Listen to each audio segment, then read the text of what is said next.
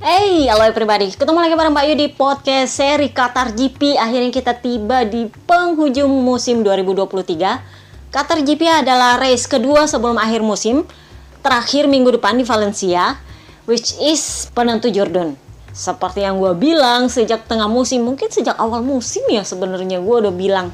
Ini akan selalu diawetkan sampai ke Valencia. Kenapa? Karena ini adalah perkara bursa taruhan. Dan tentu saja agar para penonton itu lebih excited. Terutama kalau di Valencia itu nanti seri terakhirnya itu akan dibuat gosipnya sih sebesar mungkin. Ala-ala konser yang besar gitulah. Tapi kita akan bahas dulu soal Qatar. Gosip paling pertama yang dibahas adalah soal Luca Marini.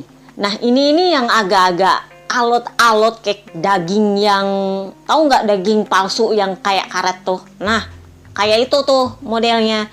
Jadi sebenarnya memang sejak Sepang itu Uchiho sudah mengakui bahwa Luca Marini itu sudah ada dalam pembicaraan tingkat lanjut dengan Honda.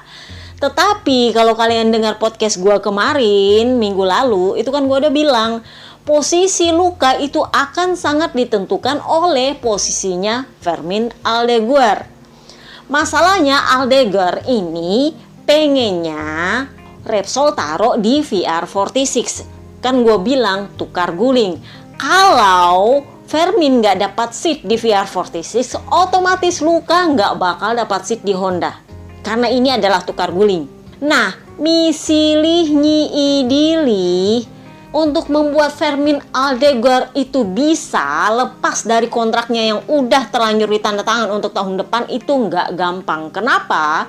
Karena kalau kalian udah ngintil gue dari lama, gue udah bilang kontrak rider Moto2 dan Moto3 itu adalah kontrak yang paling nggak adil. Kenapa? Karena kebanyakan isi kontraknya adalah sangat menguntungkan tim, tetapi bikin boncos ridernya. Entah itu mereka nggak dibayar, entah itu mereka didepak di tengah musim, pokoknya suka-sukanya timnya. Tapi ridernya nggak punya opsi untuk satu, keluar dari kontrak, dua, untuk minta bayaran atau nego-nego segala macamnya nggak. Bahkan status pay rider itu amat sangat familiar di Moto3 dan Moto2. Kalau kalian dengar podcast gue dari awal musim, kalian pasti dengar gue bahas soal Andrea Migno yang nggak dapat seat musim ini karena dia bilang dia nggak punya duit. Untuk masuk di Moto3 atau Moto2 itu lu harus bayar ratusan ribu euro. Nggak peduli lu mau Jordan kek, mau kagak Jordan kek, kalau lu mau dapat seat, kalau lu nggak punya sponsor ya lu harus bayar. Nah itu perkaranya. Jadi Fermin Aldeguer ini nggak dapat klausul untuk bisa putus kontrak. Jadi tim Speed Up merasa oh lu nggak bisa kabur dari kontrak segampang itu. Itulah kenapa Repsol yang merupakan sponsor dia, gosip sepoi-sepoinya sih, itu menawarkan penalti dibayarkan. Tetapi Speed Up bilang, oh kita nggak ada klausul penalti masalahnya, nggak ada exit klausul di sini. Kalau ada exit klausul, lu bisa putus kontrak atau mundur dari kontrak yang sudah terlanjur ditandatangan, iya lu bisa ada exit penalti. Masalahnya adalah nggak ada klausul exitnya. Jadi suka-sukanya tim dong menentukan penaltinya. Bener nggak? Intinya adalah negosiasi. Sponsor atau Fermin atau siapapun itu harus menawarkan, oh gue mau bayar sekian, putusin kontrak gue. Tapi nggak segampang itu juga. Tim juga bilang, oh gue nggak mau, naikin dikit dong. Nah itu yang gue bilang alot banget. Kenapa? Karena nggak ada exit klausul dalam kontraknya Fermin Aldeguer. Nah ini lagi jadi perkara. Muncullah mulai lagi buzzer ABR soal dia bakal dipramak. Gua nggak ngerti ini kenapa ditarik-tarik ke pramak, entah itu Morbidelli-nya, entah itu Jorge Martin-nya yang menurut mereka kalau Jordan tahun ini dia wajib naik pangkat ke tim pabrikan, atau kalau nggak dia pindah ke tim pabrikan di pabrikan lain. Mau kemana? Yang terbaik kan cuma Ducati. Jadi mulailah muncul itu. Uchiho sendiri sebenarnya sudah bilang, dia jujur loh bilang, saya sudah memberikan target kepada Honda Dia lo bilang untuk memberikan saya notifikasi soal negosiasinya mereka dengan Luka itu paling lambat di Qatar hari Jumat. Kenapa? Karena saya kejar-kejaran waktu untuk cari rider baru karena minggu depan udah tes Valencia. Nggak bisa main ulur-ulur waktu. Luka Marini sendiri sebenarnya udah fix itu kontrak udah fix. Cuman kan udah gue bilang, ini kan ceritanya tukar guling. Apa yang mau ditukar kalau guling yang satu belum ready? Si Fermin belum tentu bisa dilepas. Jadi ya belum bisa pengumuman lah Luka Marini. Kenapa? Karena semuanya tergantung pada Fermin Aldeguer. Apakah dia bisa jadi atau enggak? Ya itu tergantung usahanya sponsornya Fermin. Dalam tanda kutip Repsol untuk bujuk-bujukan sama Speed Up. Mau keluar duit berapa untuk bisa lepas Fermin? That's $1 million question. Jadi Luka Marini ketika kemarin ditanya pas ke podium, dia bilang, saya nggak bisa ngomong apapun karena saya takut salah bicara dan saya takut terlalu banyak bicara. Jadi sama seperti kalian, saya juga menunggu. Kenapa? Karena dia nggak bisa pengumuman kalau Fermin nggak clear kontraknya di Moto2. Jadi bakal siapa dong kalau nggak jadi Luka Marini? Iya tentu saja di Gia. Di Gia itu sudah gue bilang dia akan ada di listnya Honda tapi paling terakhir. Kenapa? Karena nggak ada yang ditukar gulingin ini perkaranya kalau di Gia. Karena kan seatnya udah kadung diambil sama Marc Marquez. Dan Marc Marquez bukan bagian dari kesepakatan tukar guling. Kan dia yang kabur dari kontrak. Kalau kalian dengar di belakang gue berisik, itu hujan. Jadi ngerti kan ini gimana modelnya? Gue udah bilang sebenarnya Uchiho itu sebel banget. Kenapa? Karena dia itu pengen Luka dan Honda itu punya kepastian di Qatar. Sayangnya molor. Kenapa? Karena Fermin Aldeguer nggak bisa diumumkan bergabung ke VR46 kalau belum clear kontaknya di Moto2. Itulah kenapa Uchiho kemarin rada-rada mengancam sedikit sih, dia nyeret-nyeret namanya Tony Arbolino. Jadi dia bilang, ya sebenarnya bukan cuma Fermin Aldeguer sih opsi kami. Kami punya Tony Arbolino juga sebenarnya karena dia juga rider Italia. Tapi Opa pernah bilang ya kami sudah tanda tangan sama Marc VDS. Nggak bisa karena kan ada sponsornya juga. Tony Arbolino nggak bisa sembarangan masuk ke VR46. Ya kalau menurut gue itu sebenarnya cuma ancamannya Uchiho. Kenapa? Karena Pablo Nieto ditanya. Jadi Nieto bilang, iya sebenarnya yang kami inginkan opsi terbaiknya itu memang Fermin Aldeguer. Karena memang itu yang bakal ditukar guling sama Luka. Nah ini yang bikin gosipnya Uchiho sebenarnya sebel banget. Cuman ya mau gimana, itu kan pangerannya VR46. Dia juga nggak bisa ngancem seperti kata-kata di luar bahwa dia bakal didepak dari VR46. No, nggak mungkin. Kenapa? Karena dia akan tetap membalap di MotoGP. Kecuali kalau dia keluar dari kelas MotoGP ya baru didepak. Kalau nggak ya masih di situ.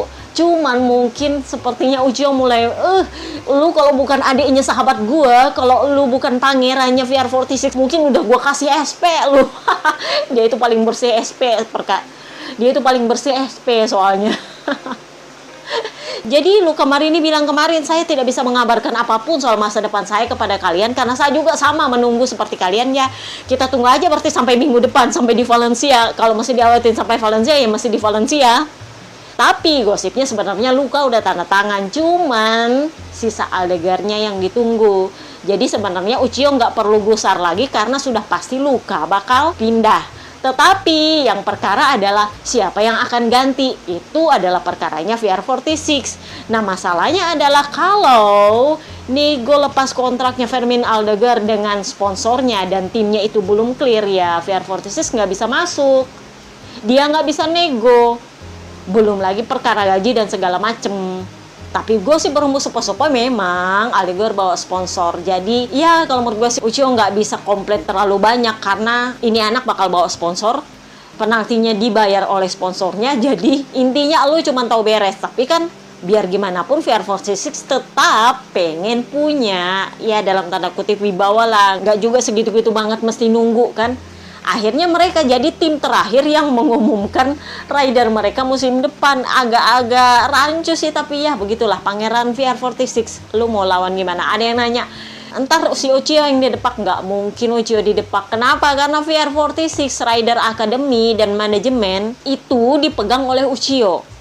BB Valley itu taunya cuma membalap, yang ngurus itu Uchiho. Jadi kalau Uchiho didepak, ambiar itu VR46 manajemen, nggak ada yang ngurus. Albi Tebaldi itu sebagai coach. Dia nggak terlalu bagus soal manajemen, karena manajemen memang itu tugasnya Uchiho. Sejak zamannya BB Valley masih balapan, dia memang sudah memegang tampuk manajer. Jadi memang dia yang tahu mengelola segala sesuatunya.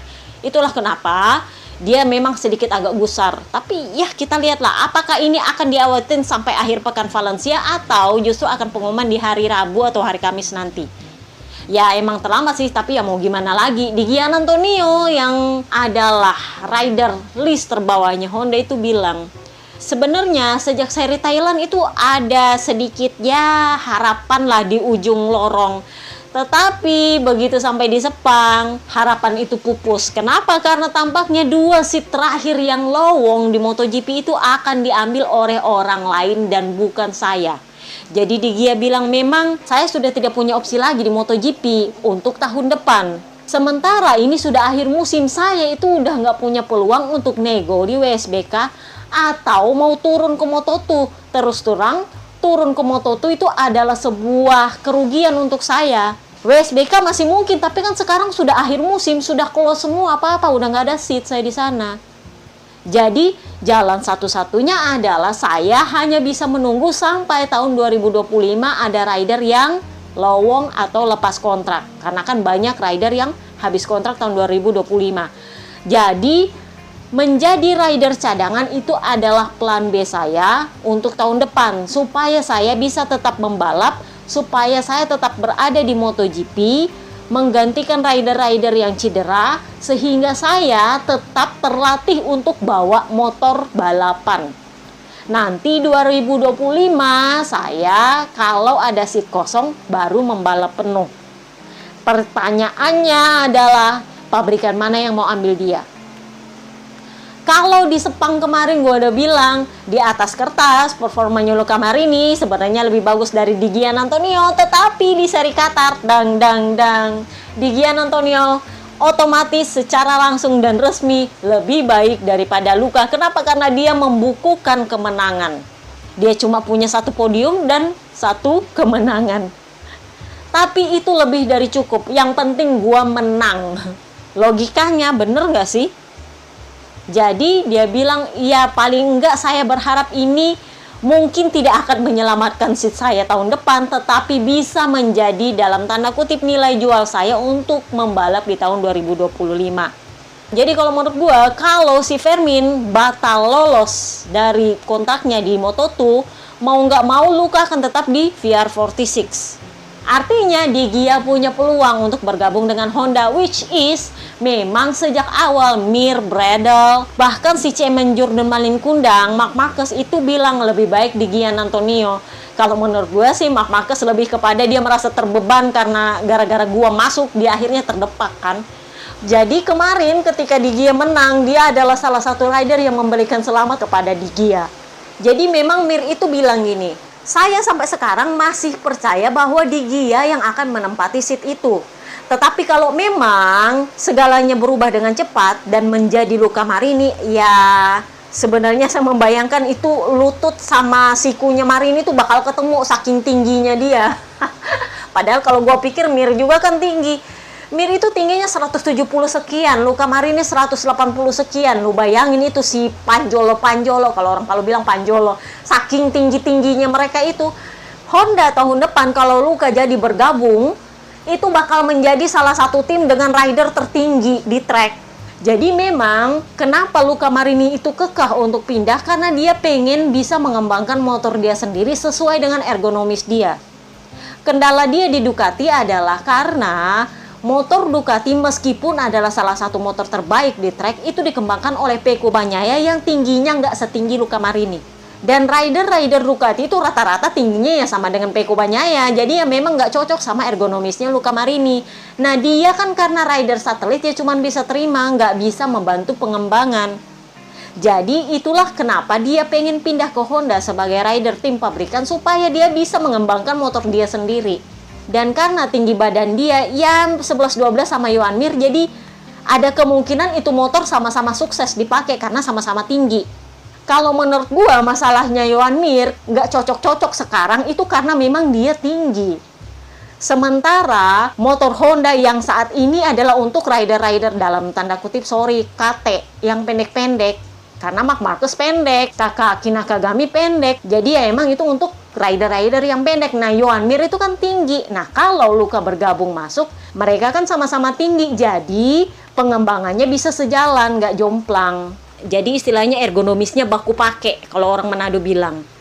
Tapi ya kita lihatlah nanti gimana modelnya ini tukar guling. Karena penentunya adalah Fermin Aldeguer. Sementara sponsor sendiri itu pengennya kalau bisa Aldeguer dapat motor pabrikan. Itulah kenapa buzzer ABR itu mulai lagi mendengungkan soal Pramac.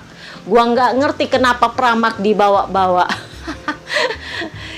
Jadi Morbidelli itu mulai diatur-atur bahwa Morbidelli yang turun ke VR46 menggantikan Luca Marini, Aldeguer naik ke Pramac. Jadi si Morbidelli bilang, oh sorry to say, saya sudah tanda tangan sama Pramac, nggak ada ceritanya saya dipindah-pindah ke VR46. Jadi maksudnya kalau memang Aldeguer mau masuk, ya nggak bisa ke Pramac menggantikan saya. Kenapa? Karena saya sudah tanda tangan kontrak. Kalau dia mau menyingkirkan Jorge Martin, ya silahkan. Tapi kalau saya nggak bisa, saya sudah tanda tangan kontrak, Pak. Nggak ada cerita saya dipindah ke VR46 lagi. Kan sejak awal Uchiho nggak mau terima Morbidelli. Masih ingat sebelum paruh musim kedua, gue udah bilang, Uchiho itu mengutamakan base sama Marini. Morbidelli itu adalah opsi terakhir dia. Itulah kenapa Morbidelli itu kemarin sampai Bebe Vale yang turun tangan karena Uchiho nggak mau ngurusin di tim dia. Nggak mau Uchiho. Nah sekarang ternyata Luca Marini hengkang. Mulailah ABR dan buzzernya ke TPS, Media S nih suka sekali bikin skenario. Oh berarti sekarang waktunya Morbidelli untuk pindah ke VR46, Aldeguer yang ke Pramac. Gimana cerita langsung ke Pramac? Mana mau Ducati? Itu kan rider di bawah kontrak pabrikan. Tim Pramac nggak bisa ceritanya lu langsung masuk ke sana. Nggak ada cerita. Oh Papi Perigigi bakal big no. Marc Marquez aja masuknya ke tim satelit dengan motor bekas. Dari mana cerita lu rookie langsung masuk ke tim Pramac naik motor pabrikan? Oh big no. Cuman ya you know lah ya, KTPS itu suka berandai-andai. Pokoknya gimana ceritanya kerajaannya VR46 itu dikorek-korek, diganggu-ganggu lah. So back to the Lepi. Kenapa seri Qatar kali ini itu digelar di akhir musim? Itu karena sirkuit Qatar mengalami renovasi sekitar setahun lebih. Jadi yang biasanya di awal musim itu dipindah menjadi akhir musim, khusus untuk tahun ini. Jadi sirkuitnya sudah berubah, tracknya itu nggak berubah sih, cuman garis finishnya yang dirubah plus aspalnya diganti semua. Nah ini yang jadi perkara. Michelin itu bawa ban dengan alokasi tambahan. Kenapa? Karena mereka tahu track baru habis di resurface. Mereka nggak tahu apakah tracknya bakal kotor, apakah gripnya bagus atau enggak. Mereka nggak tahu, jadinya alokasi tambahan dibawa. Jadi ban depan ada 4 opsi. Karkas standar, hard, medium, soft. Dan satu lagi tambahan hard dengan karkas yang keras. Lebih keras daripada yang standar. Sementara ban belakang yang biasanya cuma soft dan medium itu ketambahan dengan hard. Jadi ban depan dan belakang slick itu nambah 1 kompon. Karkas untuk ban belakang hard itu tetap standar. Maksudnya Michelin membawa ban hard itu 4 kompon itu karena yang pertama itu kan sesinya siang mulainya. Siang sama malam, sore lah ya, sama malam. Nah, sore itu mereka memprediksi itu masih panas, kedua masih berdebu.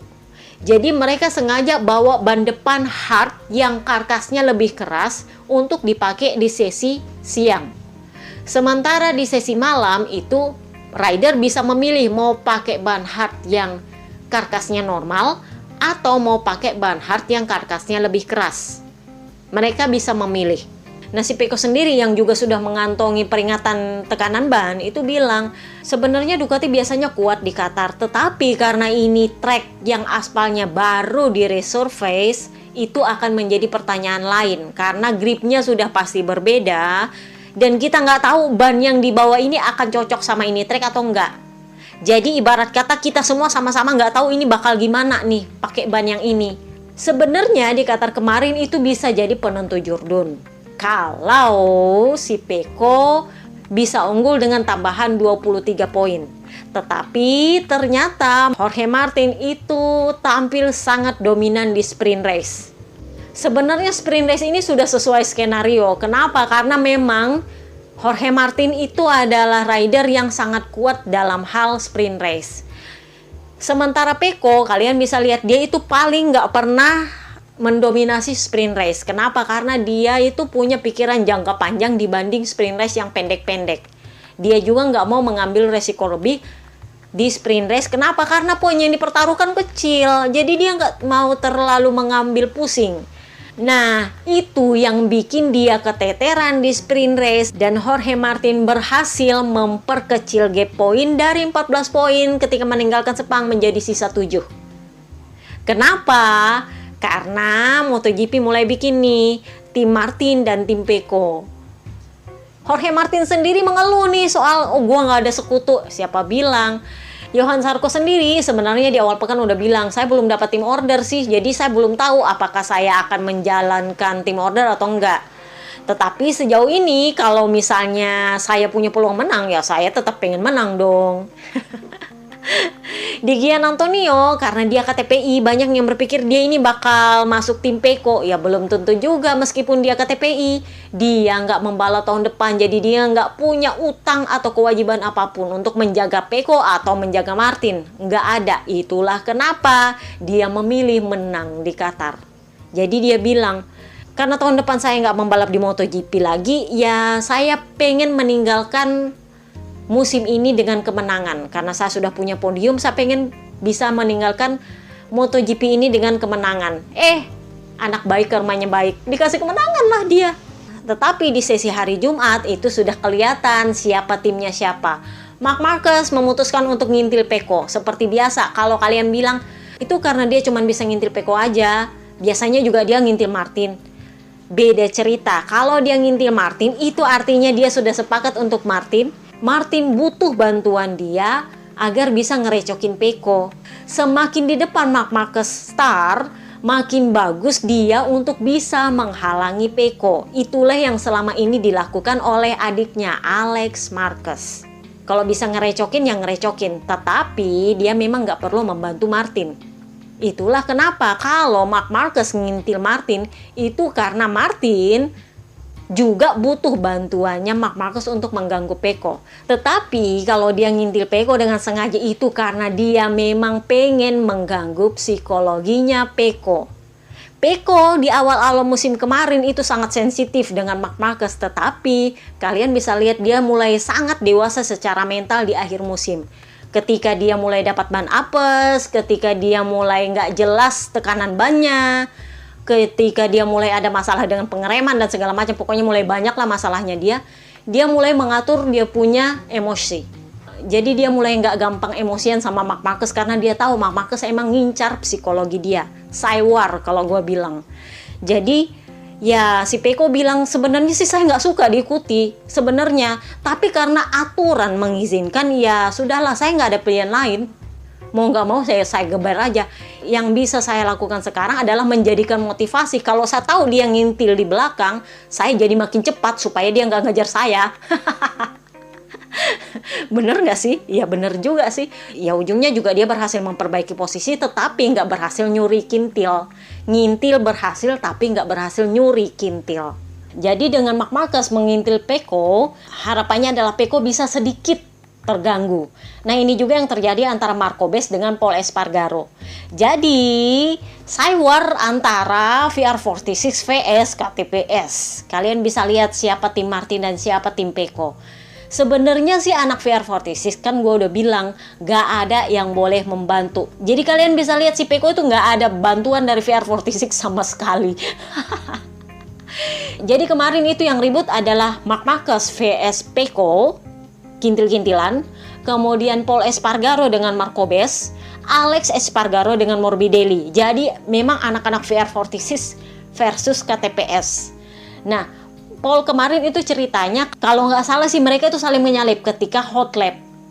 Jadi ceritanya Paul dengan Bess kemarin itu adalah Paul itu lambat di track menghalangi Bess. Jadi Bess itu menyalip dia karena hampir nabrak. Dan Bess itu kemudian disalip kembali oleh Paul dengan hampir nabrak juga. Jadi si Bess ini emosi. Begitu selesai sesi mereka latihan start, mulailah si Bess tuh ganggu-ganggu ban belakang dia disundul-sundul. Provokatif sih memang. Jadi banyak ABR dan fans KTPS itu yang komplain soal Bess, minta supaya Bess di penalti. Masalahnya adalah itu setelah sesi yang pertama. Yang kedua, Bess tidak menghalangi siapapun dan tidak membahayakan siapapun. Sebenarnya sih itu agak-agak di luar batas kalau menurut gua. Apakah sebenarnya Bess pantas di penalti? Ya sebenarnya kalau gua jadi RD bakal gua penalti. Lu nggak bisa kayak gitu sama Paul. Nggak bisa disundul-sundul kayak gitu, itu namanya memprovokasi, Pak. Tapi faktanya adalah dia tidak membahayakan siapapun dan itu sudah selesai sesi, dia tidak menghalangi siapapun, jadi nggak kena penalti.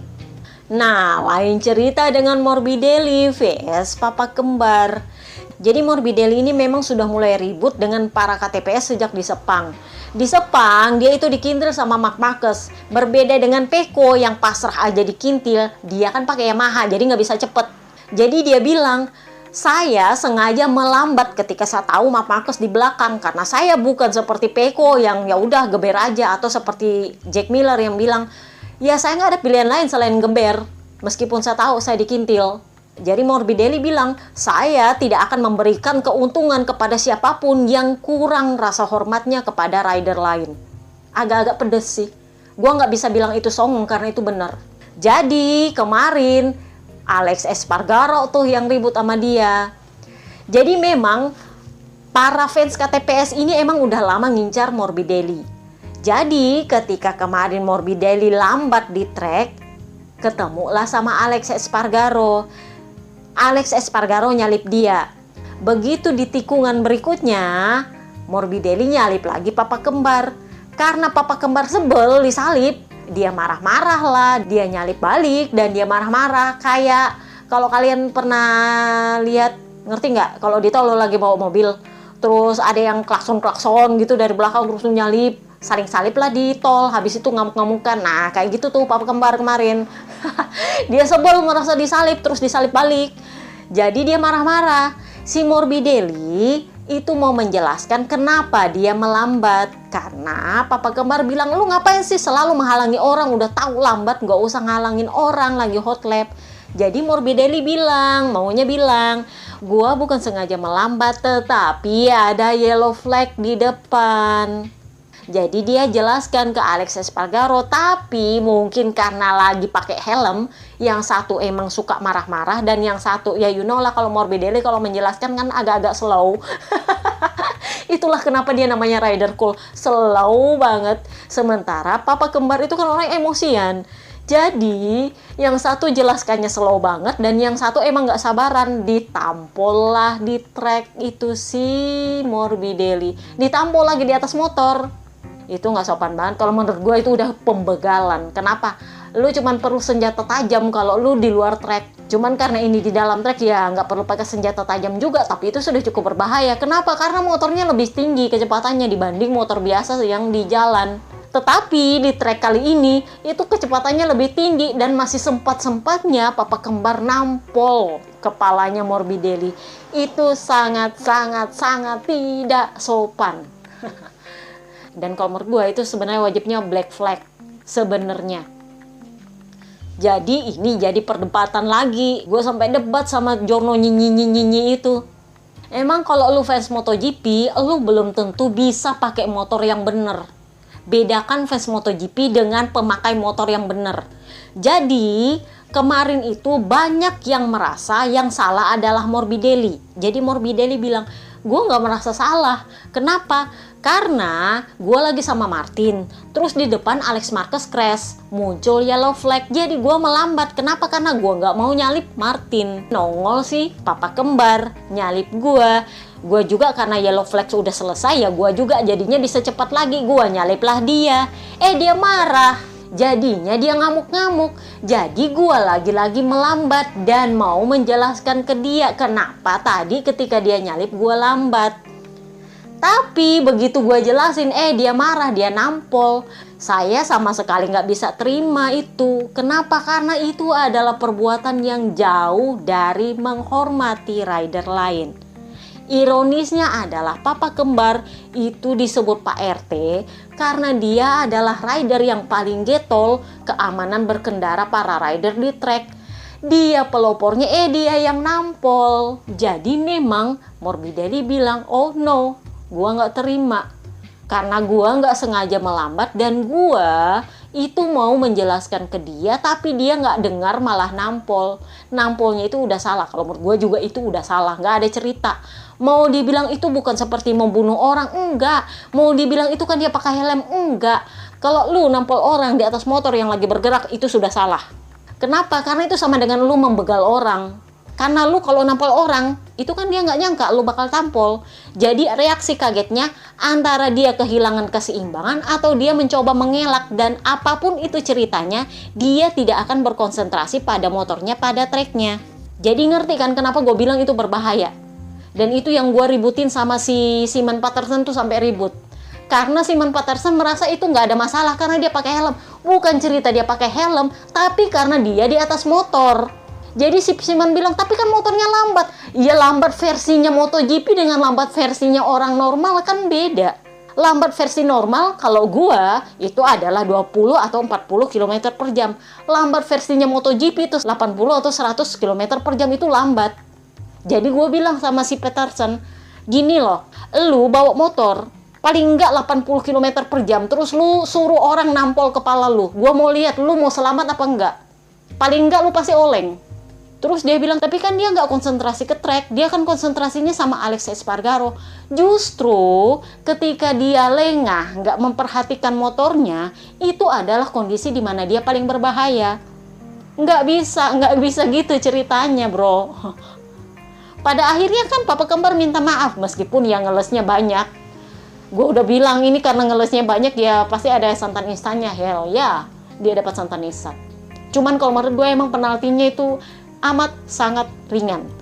Morbidelli itu sampai posting emoji badut sama orang muntah. Karena emang itu menurut gue ringan banget. Jadi lo tau nggak penaltinya itu cuman turun 6 grid sama denda 10.000 euro. 10.000 euro lu bandingin kasus pajak dia yang ratusan ribu euro, dia cuma bayar 10.000 euro gara-gara membegal orang. Oh, itu rendah sekali. Dia kaya. Kecuali gaji lu cuma 100.000 euro atau 300.000 euro, terus lu mesti bayar 10.000 euro, ya itu mahal. Tapi kan gaji lu 2,5 juta. Sorry, bukan 2,5 juta, itu gajinya Maverick Vinales. Kalau nggak salah sih 5 atau 6 juta euro dia di Aprilia. 10.000 euro apa sih buat dia? Penalti 6 grid. Berapa lama kalau dia pakai KW1? Itu cuma perkara soal lu bisa merangsek atau enggak di lap pertama. Dia itu KW1 sudah pasti. Kenapa? Karena dia adalah tim Martin. Orang-orang tim Martin itu dapat KW1 semua kemarin. Sorry tuh saya ya. Lu mau komplain lagi sama gua, boleh. Bedanya adalah takdir menentukan KW1 lagi-lagi boncos. Sama seperti Australia kemarin. Jadi kalau menurut gue penaltinya itu amat sangat ringan. Penalti berat kalau menurut gue itu adalah double long lap penalti. Nah itu baru berat. Kenapa? Mau dia merangsek kayak dia mau ngapain kayak dia tetap harus bayar penaltinya. Kalau dia cedera dia harus bayar di balapan berikutnya. Nah sekarang kan ceritanya meskipun dia cedera kan yang penting dia start turun 6 grid selesai. Berat di mananya itu barang. Jadi memang Morbidelli bilang, itu penalti itu lelucon, ngelawak. Kenapa? Karena RD itu bikin penalti seperti itu. Ujungnya dia, startnya di samping saya. Apa bedanya? Dia cuma perlu start. Sementara kalau menurut saya, dia itu mestinya nggak boleh start. Diskualifikasi. Tapi ya you know lah, cek KTP kak, cek KTP. Aturannya itu paling enggak double long lap penalti atau pit lane start. Tapi yang gue apresiasi adalah, ya paling enggak dia kena penalti. Tapi ya, itu sama dengan gak dipenalti. Untungnya, santan instan yang ngomong. Jadi di lap pertama sprint race kemarin, dia cedera lagi. Retak pangkal tulang keringnya. tulang fibula. Jadi lutut di bawah, nah itu yang retak. Sementara Papa Alex lagi-lagi cedera. Gue tuh nggak tahu dia ini ada santan instan jelek apa sih sampai cederanya lebih dari setengah musim. Tapi untungnya adalah begitu dia turun track, dia bagus. Jadi kemarin itu dia kembali lagi cedera tulang belikat. Yang di belakang, kalian tahu itu plat yang di belakang, nah itu yang patah. Nah itu nggak bisa dioperasi. Dan itu artinya dia harus melewatkan Valencia GP dan tes Valencia yang nggak kemana-mana. Untungnya adalah dia cedera di akhir musim sehingga dia bisa istirahat lebih panjang tanpa melewatkan terlalu banyak balapan. Jadi dia bilang ya saya berharap mudah-mudahan di tes Sepang nanti tahun depan bulan Februari saya sudah bisa 100% dan saya bisa turun track. Itu adalah salah satu ya mungkin santan instan baiknya adalah dia cederanya di akhir musim lagi. Cuman ya tetap juga cedera panjang dan itu nggak bisa dioperasi katanya karena itu tulang belikat. Ya let's see lah apakah dia akan turun ngetrek di Sepang. Cuman kalau menurut gua itu adalah waktunya untuk Aprilia untuk mencari rider cadangan seperti di Gian Antonio. Ridernya rajin banget cedera. Papa kembar ya tetap juga cedera kemarin, bener nggak? Dia sudah berapa kali cedera, cuman ya dipaksa terus untuk balapan. Jadi kemarin dia mengaku dia salah. Jadi dia tetap menjalani penaltinya, start dari belakang, turun 6 grid, habis itu dia retired. Makanya gue bilang, itu penalti nggak ada hubungannya, nggak ada rasanya sama sekali. Dia cuma perlu start, turun 6 grid, ya udah habis itu balik pedok. Kita lihatlah nanti dia bisa balapan nggak di Valencia. Karena gue tahu santan instannya beda. Si Morbidelli bilang, pada akhirnya kita tahu memang Alex Espargaro ini adalah orang yang dia bilang berlebihan, dalam tanda kutip lebay, emosional. Jadi kita lihat nanti apa yang akan dia ceritakan kepada anak-anaknya soal dia nampol saya. Max sama Mia itu kan sudah belajar ngerti. Mereka itu anak-anak yang selalu nonton papanya kalau balapan. Jadi ya memang pasti dia akan ditanya pulang. Nah, Papi Prirevola itu sempat ditanya soal penaltinya papa kembar. Jadi dia bilang, dia dengan jujur mengakui bahwa iya, itu penalti yang adil. Dia memang wajar di penalti. Dia sendiri nggak bilang apakah itu lebih berat, apakah lebih ringan, enggak. Cuman dia bilang, ya harus memang di penalti itu wajar. Kenapa? Karena itu adalah tindakan yang memberi contoh buruk kepada anak-anak muda yang adalah fans MotoGP. Itu yang kemarin gue debatin sama Simon Peterson. Jadi Simon itu setelah gue bilang soal membahayakan rider lain, itu dia bawa-bawa soal anak-anak Moto3 yang pada nunggu kintilan di sesi kualifikasi kalau nggak salah. Jadi dia pasang tuh postingan. Jadi dia bilang untuk semua orang yang bilang tindakannya Alex Espargaro itu membahayakan rider lain, kalian bisa lihat ini tindakannya anak-anak Moto3 yang menyeberang trek cuman untuk tunggu kintilan. Gua bales, gua bilang, Simon bedain ya. Anak Moto3 itu adalah anak-anak yang masih 16 tahun sampai 18 tahun. Yang baru pertama kali balapan di dunia MotoGP. Lu mau bedakan sama Alex Espargaro yang which is adalah rider tertua di trek MotoGP yang sudah punya karir 20 tahun lebih dengan anak-anak yang baru balapan. Nggak bisa lu bandingin, Simon. Itu yang pertama. Yang kedua, gimana mereka takut penalti kalau Marc Marquez aja yang biasa bikin nggak pernah dipenalti. Jadi gue bilang, anak-anak ini yang baru belajar balapan di dunia, balapan kelas dunia, itu belajar dari para seniornya yang nggak pernah dipenalti soal kintil-mengintil. Karena seniornya nggak pernah dipenalti, mereka juga nggak takut penalti. Kenapa? Karena faktanya seniornya nggak pernah dipenalti. Kecuali kalau seniornya dipenalti, anak-anak Moto3 pasti tahu, oh itu salah. Lu mau bilang, tapi kan anak-anak Moto3 itu lebih berbahaya. Ya namanya juga baru belajar salah. Jadi mereka pasti bikinnya lebih salah banyak daripada anak-anak yang sudah ahli untuk melakukan kesalahan. Gue bilang begitu soal Marc Marquez. Dia ahli dalam ngintil karena dia sudah banyak pengalaman soal ngintil. Sementara anak-anak Moto3 ini kan baru belajar ngintil semua nih. Otaknya masih belum kepake. Sementara Marc Marquez, dia udah lama ngintil, udah tahu caranya ngintil, dia udah tahu kira-kira kalau gini gue unggul berapa, bener nggak? Tapi fakta bahwa Marc Marquez nggak pernah dipenalti, ya itu yang bikin anak-anak Moto3 nggak pernah takut sama penalti soal kintil mengintil, no. Tetapi fakta bahwa Alex Espargaro adalah rider kelas dunia di MotoGP yang menjadi idola bagi banyak orang di seluruh dunia, itu nggak boleh memberi contoh yang buruk soal keselamatan berkendara. Jangan samakan kesalahan yang dibuat oleh Alex Espargaro dengan kesalahan yang dibuat oleh anak-anak Moto3. No, itu beda kelas, beda umur malah. Yang satu masih kinyis-kinyis belasan tahun, yang satu sudah 30 hampir 40 tahun. No, lu nggak bisa samain. Jadi buat ABR yang merasa, oh nggak bisa dipenalti, nggak bisa. Harus dipenalti kayak gitu. So, penalti lain yang dijatuhkan di Qatar kemarin adalah ke Iker Lecuona gara-gara dia menghalangi Jordan Melagu, Fabio Quartararo lagi hot lap kalau nggak salah. Nah, sekarang kita bahas soal race-nya.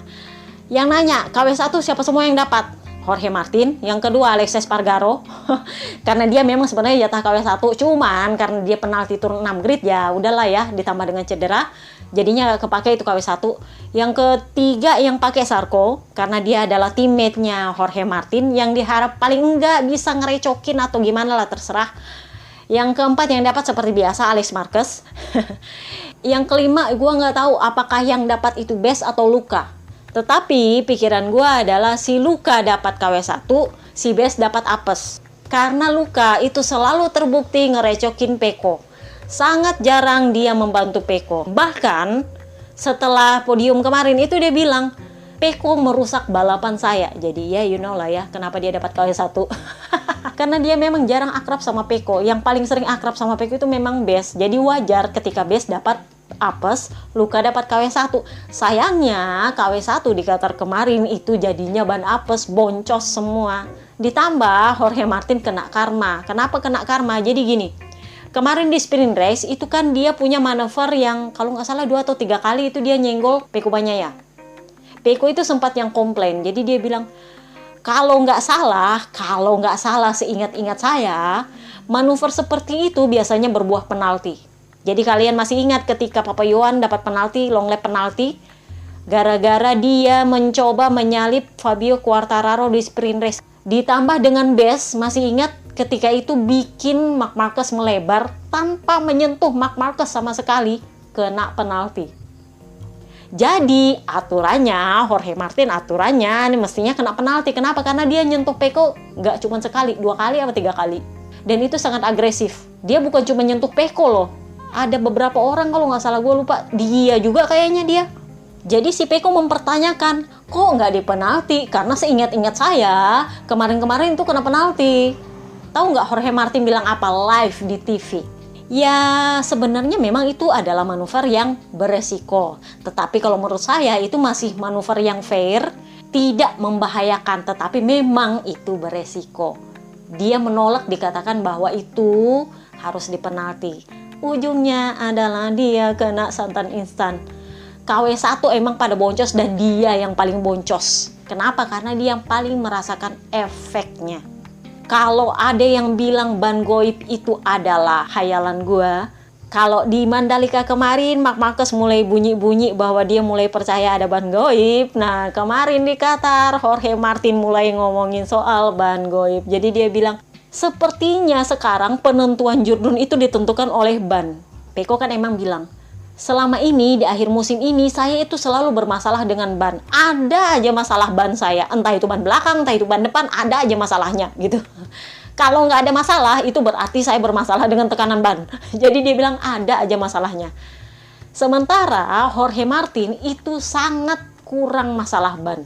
Terutama di sprint race dia bisa sangat mendominasi. Sementara saya di sprint race pun saya setengah mati dengan ban. Nah kemarin Jorge Martin mulai nih komplain. Jadi dia bilang, saya akui saya emang nggak pernah bermasalah sama ban. Bener kata Pecco, tetapi sayangnya sekarang saya bermasalah dengan ban. Tiba-tiba performa ban itu berbalik. Dari saya sangat mendominasi di sprint race menjadi saya sangat lambat di race penuh. Saya itu lebih lambat 1, sekian detik daripada ketika saya di sprint race. Jadi itu saya mempertanyakan kok bisa. Saya berusaha untuk tidak berpikir bahwa Jordan ditentukan oleh ban. Tetapi kali ini saya patut mempertanyakannya. Kenapa? Karena perubahan performa dalam satu malam itu wajib dipertanyakan. Kan gue bilang kemarin, kalau kalian mau tahu seperti apa ban goib, kalian lihat orang di sesi kualifikasi atau di sesi pemanasan atau sesi apapun itu, giliran dia race, boncos. Nah itu kan kelihatan goibnya di mana. Nah, kemarin diakui bahwa ban goib itu emang ada. Nah, sempat ditanya, ini ala-ala Michelin yang ABR bilang, kan Michelin nggak pernah bilang ada masalah dengan bannya. Ya sama, Giorno juga bilang, kan Michelin bilang nggak pernah ada masalah sama bannya. Jawabannya Jorge Martin tahu nggak, persis sama dengan gua. Michelin memang tidak pernah mengakui bahwa ada ban cacat. Tetapi pembalikan performa dalam satu malam itu wajib dipertanyakan, dan saya harap ini tidak terjadi lagi kepada saya gara-gara ban. Jadi jawabannya Martin itu sama persis dengan jawaban gue ketika ABR itu bilang gue ngibul di awal-awal musim soal perkara ban goib. Ya seperti itu, sama seperti Marc Marquez yang mempertanyakan soal bannya ketika di Mandalika.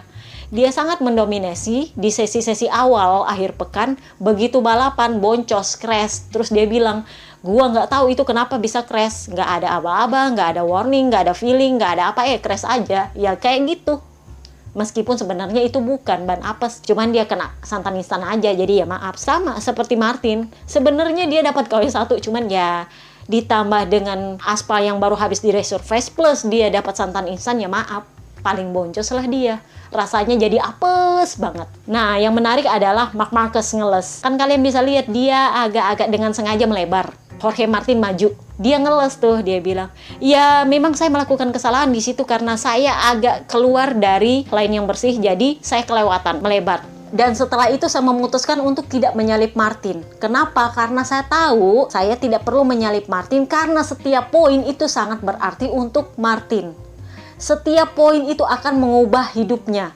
Jadi amat sangat penting. Jadi ya saya pikir ya udahlah ya, saya nggak perlu menyalip dia.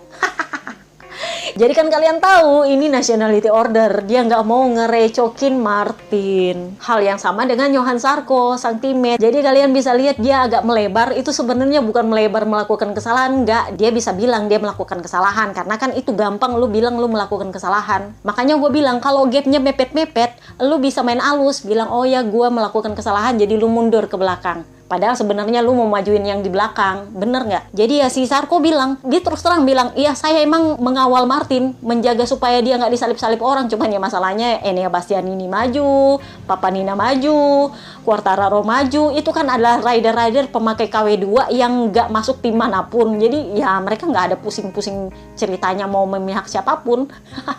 Even Enea Bastianini yang sebenarnya tim Pecco kan, dia nggak ngerecokin Martin sama sekali loh, sorry to say. Kalian bisa lihat bedanya Enea Bastianini ke Pecco dengan Enea Bastianini ke Martin. Ada nggak dia ngerecokin Martin? Enggak, dia lewat aja lewat lempeng.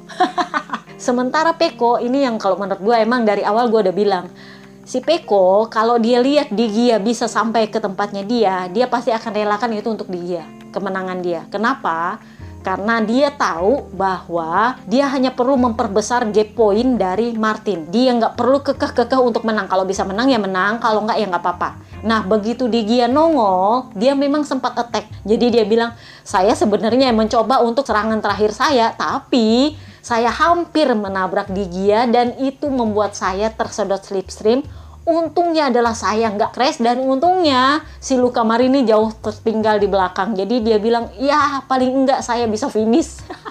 Tapi menurut gue itu sebenarnya dia memang sengaja kasih biar si Di Gia untuk lewat. Cuman udah gue bilang kalau mepet-mepet gapnya lu bisa main halus. Jadi dia paling nggak bisa attack dulu, cuman agak blunder si attacknya. Ujungnya dia kesedot slipstream, untung nggak crash. Tapi kalau menurut gue, dia ini memang anaknya hati baik banget. Jadi dia kasih izin si Di Gia untuk merasakan kemenangan. Jadi dia bilang, ya well deserved lah, dia memang cepet. Tapi ya udah gue bilang, anak baik, karmanya baik. Si Pecco, karena memang ini adalah tahun ketiga dia untuk rebutan Jordan. Jadi dia memang lebih stabil emosinya, lebih tahu kapan dia dipancing dan kapan dia memanage bannya, lebih tenang dalam sidewalk. Sementara Jorge Martin ini kan pertama kalinya dia bersaing Jordan, jadi wajar dia lagi menggebu-gebu. Dia memang kelihatan sangat kesal. Jadi dia bilang, adalah sebuah keajaiban ketika saya finish. Karena menurut saya, finishnya itu susah, bener lama, bener saking leletnya motor saya. Pada akhirnya Di Gia tetap dapat mapping 8. Kalau kalian masih ingat dulu-dulu zamannya Dovizioso sama Jorge Lorenzo itu kan ada mapping 8. Mapping 8 itu keluar kalau itu artinya lu mundur. Jadi Johan Zarco dia dapat pesanan dari timnya di pitboard. Akhirnya dia sengaja melebar membiarkan Martin maju dan dia di belakang. Nah sama juga dengan dia dapat mapping egg. Jadi dia bilang, sebenarnya saya sudah tahu bakal dapat mapping egg, tapi tim Grace ini sudah meyakinkan saya. Kalian catat ini, kalau mapping egg itu keluar, itu artinya adalah saya waktunya untuk attack. Dan saya lihat, oh iya sisa 4 lap tersisa, jadi saya attack. Padahal aturannya, kalau kalian ingat dulu-dulu, mapping egg itu adalah artinya lu jangan membahayakan rider yang sedang rebutan Jurdun. Jadi gue itu agak-agak, apa maksudnya Grace ini itu berbanding terbalik loh. Arti ordernya, mapping egg di Ducati itu artinya lu mundur, jangan ganggu. Tapi di Grace ini itu bilang sama dia kalau mapping egg keluar itu artinya lu attack. Agak-agak aneh nggak sih? What's happened here? Jadi ya kita lihat nanti di Valencia akan seperti apa. Perkiraan gue sih si Pecco kalau nggak dapat apes ya KW2 lagi as always. Mari kita lihat KW1 ini akan seperti apa. Kalau menurut gue Jorge Martin kembali lagi dapat Sontanistan karena dia bilang apa? Saya layak untuk Jordan. Agak-agak tapi mari kita lihat akan seperti apa. So, itu aja podcast kita kali ini.